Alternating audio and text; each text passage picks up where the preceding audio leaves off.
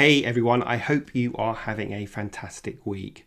Now, before we jump into this week's episode of the podcast, I just want to share with you some really exciting news as we head towards episode 100. Can you believe that we are now nearly at 100 episodes? That's something I'm really proud of.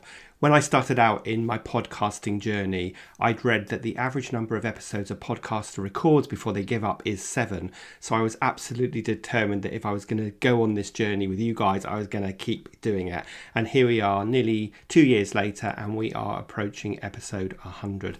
And I have something really exciting in store for you to kick off the new year, which is when we'll be releasing episode 100. So you don't want to miss out on that. It's taken us a ton of work to put this episode together, and I'm super excited about it, and I know it's going to be really valuable for you. So make sure you have hit the subscribe button so you don't miss out on that.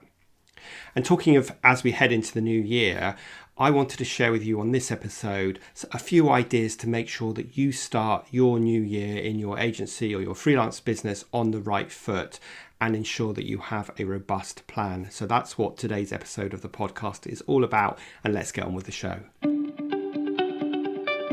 Accelerate your agency's profitable growth with tools, tips, and value-added interviews with your host, agency owner and coach, Rob DaCosta. Now, I'm not a big believer in New Year's resolutions. It strikes me that they are things that we create to fail at, but I am really keen that we have a clear plan for our business and that we have some really clear goals that we can measure and we can celebrate our successes along the journey. So I wanted to talk a little bit about that today in the podcast. Now, every business, it doesn't matter whether you are a one-person business like myself who works with a few freelance people or you run a 20-person agency, you need to have a plan because you need to have a sense of where your business is headed. And I always liken a vision to a journey. We need to make sure that we all agree where the destination is. So let's imagine that we want to go to the south of France. That is our vision. And then our strategy is how we're going to get there. We're going to take a boat and a train and so on. And then our plan is exactly which boat we're going to catch. Have we booked the tickets? Where are we going to stay overnight? Where do we need to eat? And so on and so on. But if you don't have clarity on where you're trying to get to, in other words, in this case, the south of France, that destination, which is the longer term vision for your business, then you're just going to go round and round in circles, and maybe you'll get to the south of France, but maybe you'll end up in Skegness instead. And not everybody in your business will be aligned with you to get to the south of France if you haven't clearly explained that that's where we're headed and sold it to them and got them excited about that journey as well. So you really want to make sure that you start with a longer term vision, which is the south of France, and then you break it down into your year plan and then your quarterly plan, and then you break that down into your month plan, and then you take your month plan and you put it into your diary. That is exactly the way a vision gets delivered, rather than creating something that looks great and sounds exciting, but no one's got really any idea of how you're going to get there. If you want to turn that vision into practical actions that mean that you actually get to the south of France, then you have to take this concept of big vision, break it down into years, break that years into quarters, break the quarter into month, and then take the monthly goals and translate them into your diary to make sure that you have achieved this. Now, as I said, you should be doing this whether you're a one-person business like me or you run a 20 or 200-person agency. And kind of what spurred me on to record this episode is that I'm knee-deep in doing this for myself, so that I've got some sense of where I'm headed and some excitement about that direction. Now, on that note, you want to make sure that the goals that you're setting for yourself or for your business are goals that you really want to achieve, rather than kind of judging that a business like yours, this is the next step it should take, and you're sort of judging that. I've done this work a number of times with private clients where they've gone away and they've reflected on what they said they wanted for the longer term, and then they've come back to me in the next coaching session and said, hey Rob, look, I'm really sorry. We wasted our time last time because I said I want to go to A, but in fact I thought about it and actually want to go to B. And I say, no, of course we didn't waste our time, because sometimes you have to say you want to go to A to realise that you want to go to B, if that makes sense. So make sure that your vision is something that really excites you. And also make sure that you connect your personal aspirations and your personal goals into your business vision, because we are entrepreneurs, we run our business, and that's one asset of our life, or one aspect of our life rather, but we need to tie in all of our personal aspirations as well. So I'll give you an example of that. One of my goals this year was to start working 4 days a week. Now, if all I did was have that as a kind of a dream that I'd like to work 4 days a week, it was never going to happen. So I needed to have a strategy to getting there, which meant getting more efficient, focusing on the things that move the needle for me and stopping doing other things. And most importantly, know why I only want to work 4 days a week. And the reason why is because I've got a kind of a side project, which is all to do with my camper van and creating a YouTube channel and a new website. And I wanted to have a day a week to focus on that. And that's what I've managed to do, but it was only because I put a plan in place. And that gives you an example of how I've tied my personal aspirations and my personal vision into my business vision. Now, when you create your plan for next year, which hopefully you're thinking about doing at the moment, remember that a plan is much more than just a finance plan or a people plan. And I think most of us get used to doing that because our accountants tell us to do that, or banks tell us to do that. So we might be quite good at creating a financial forecast for the next year and estimating our costs and looking at our profitability and working on margin percentages of 20, 30, 40%, whatever. Great, that's really good, but it's not the only thing that goes into making up a business plan. So yes, you want to have a finance plan and you want to have a people plan, but actually you need some things before that. You need to have clarity on what your core products and services are going to be for next year. How are they evolving? You want to have clarity on who your target market is and who your ideal client is, and again, how is that evolving? You want to get your pricing right for those products and services. Then you want to have a sales and marketing plan in place so that you understand how you're going to win that business, and then you can take all of that and then, and only then, turn that into a finance plan and start considering what kind of resources do I need to serve this level of client, this level of product, this level of revenue.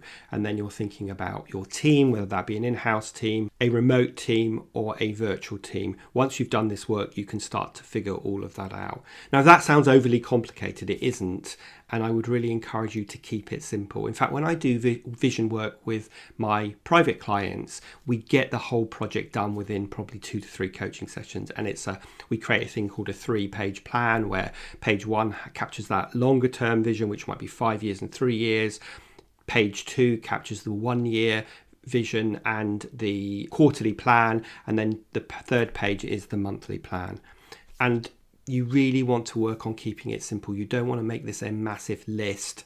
And I'm going to give you one tip here, that you should never have more than 7 projects. So 7 projects for the year, or 7 projects for the quarter, or 7 projects for the month. 7 is your magic number. You might only have 2 or 3, but you certainly can't have more than 7. So if you're finding that you're creating a massive to-do list, then you really have to start grading these tasks and deciding which are the 7 that are going to move the needle forward. So make sure you adopt a keep it simple strategy and approach to doing all of your planning for the year. But I would really encourage you to sit down and kind of visualize yourself in a year's time and say, where do I want to be personally? Where do I want to be with my business? What would success look like for me?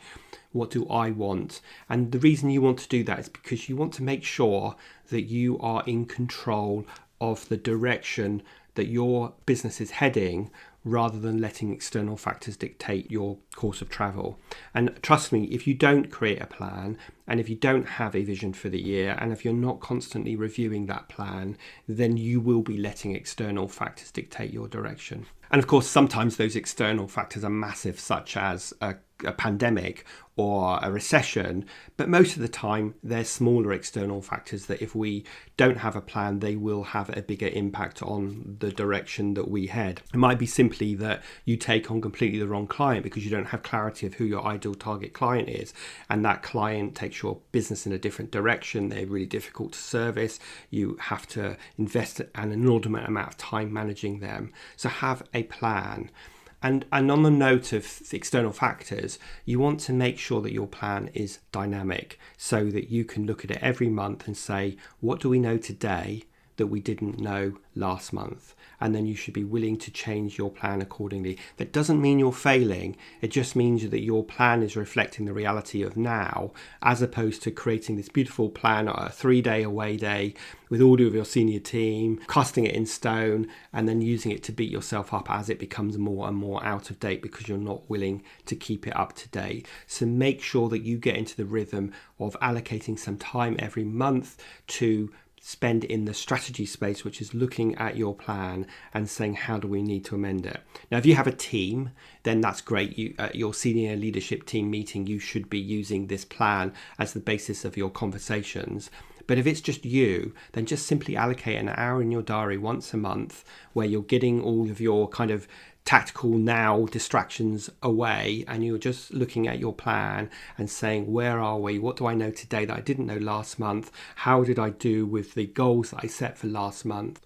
And what goals do I need to set for this month? Now, if you keep finding the fact that the tasks and goals that you set for last month keep getting transferred into this month, then you are overestimating how much you can get done. So you need to be much more practical and honest and realistic with yourself and say, based on my kind of client service day-to-day workload, how much of these working on the business projects can I do this month? And like I said, it could just be 1 or 2 projects, but it definitely can't be more than 7 projects. And so use the number 7 as a way to filter what you should do and what you shouldn't do, what sits on your waiting list until you've got those other 7 projects completed. Now, it often helps to do this work both in terms of actually setting the vision for the year, but also reviewing the vision by getting away from your desk. So try and either, if you work at home, find a different room to work in, or even go to a coffee shop or a hotel. Or if you're in the office, try and get out of the office and be somewhere inspirational so that you can literally remove yourself from the day-to-day as well as mentally removing yourself from the day-to-day. And that gives you the sort of space to think longer term and actually put yourself in the position of where will we be in a year's time? What would great look like? And what do I want to achieve? And how does that tie into all of my other personal stuff that's happening outside of my work as well? So that's just a few tips and reminders of what you should be doing as you head into the new year. If you want any help with this or you've got any questions, please do reach out to me. I always get back to people who do reach out. So my email address is in the show notes today. And if you've got any questions about your vision or about the process, then do reach out to me. I'm also going to share a link to one of my free guides called Creating a Sustainable and Profitable Agency. And this digs into what we've talked about today in more detail. So again, I'll put the links to that in the show notes and go take a look, download that and use that to help you guide your planning for the next year. But other than that, I hope you have a brilliant rest of the week. As ever, if you've enjoyed this episode, please consider leaving a review on Apple Podcasts. That helps the algorithm show more people just like you this podcast, and that helps me reach and help more people. Other than that, have a brilliant weekend, and I will see you next week as we head towards episode 100 of the Agency Accelerator Podcast.